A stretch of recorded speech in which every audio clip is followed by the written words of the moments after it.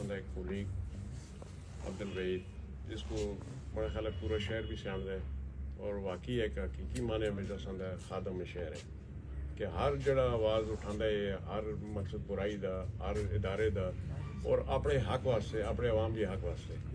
मैं अपनी तहसील कौंसल की तरफों पुरजोर मजम्मत करना है इस एक्ट की और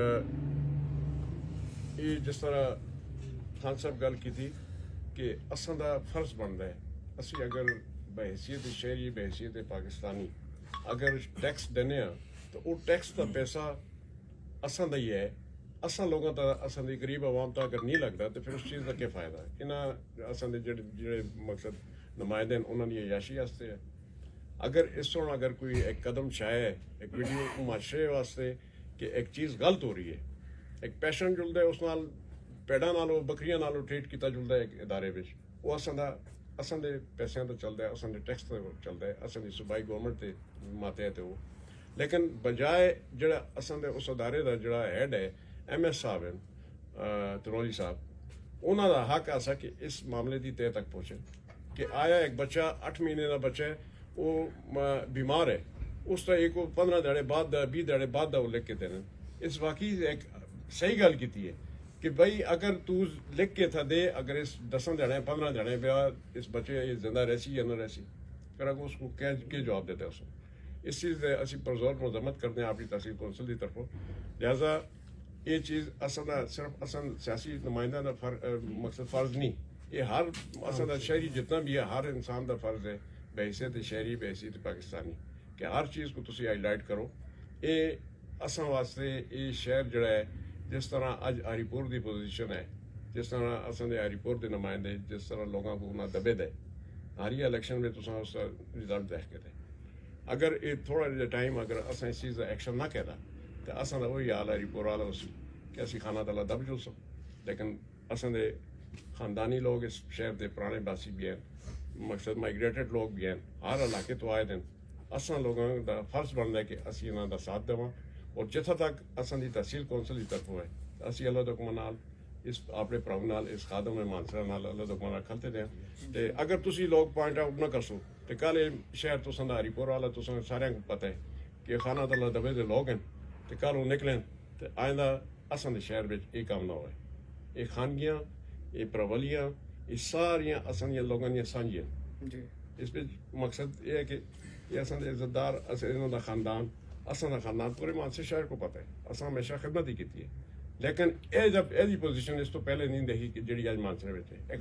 जारादारी बढ़ाई दी है। हर डिपार्टमेंट जो है इन्होंने सुन मकसद तबाह करके छोड़े दे इस तरह जुलते हैं। हर डिपार्टमेंट में जिस तरह इन्होंने अपने कोई हाली नजर है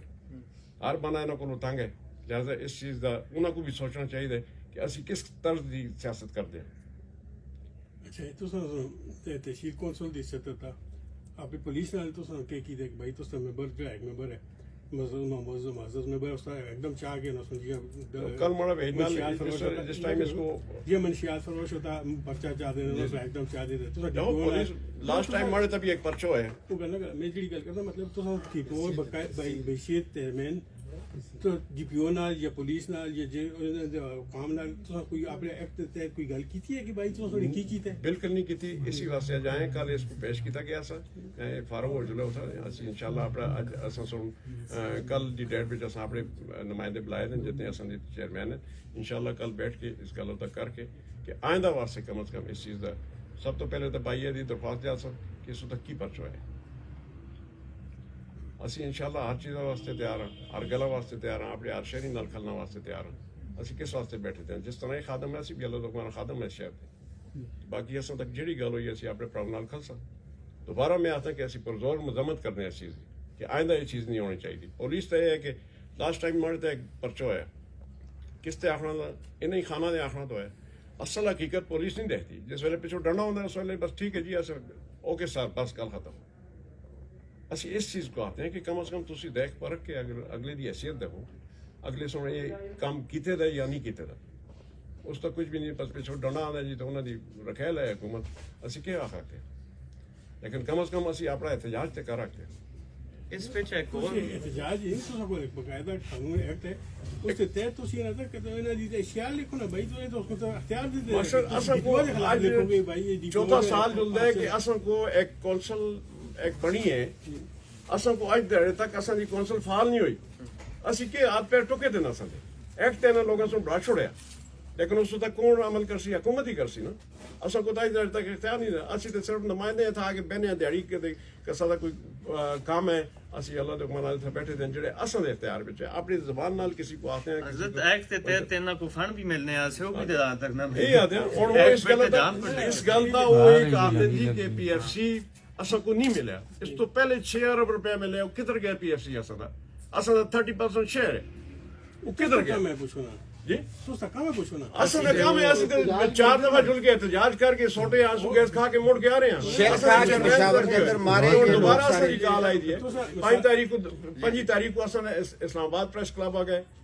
मकसद पार्लियामेंट हाउस आ गया असं एहतजाज है फिर 5 तारीख को असं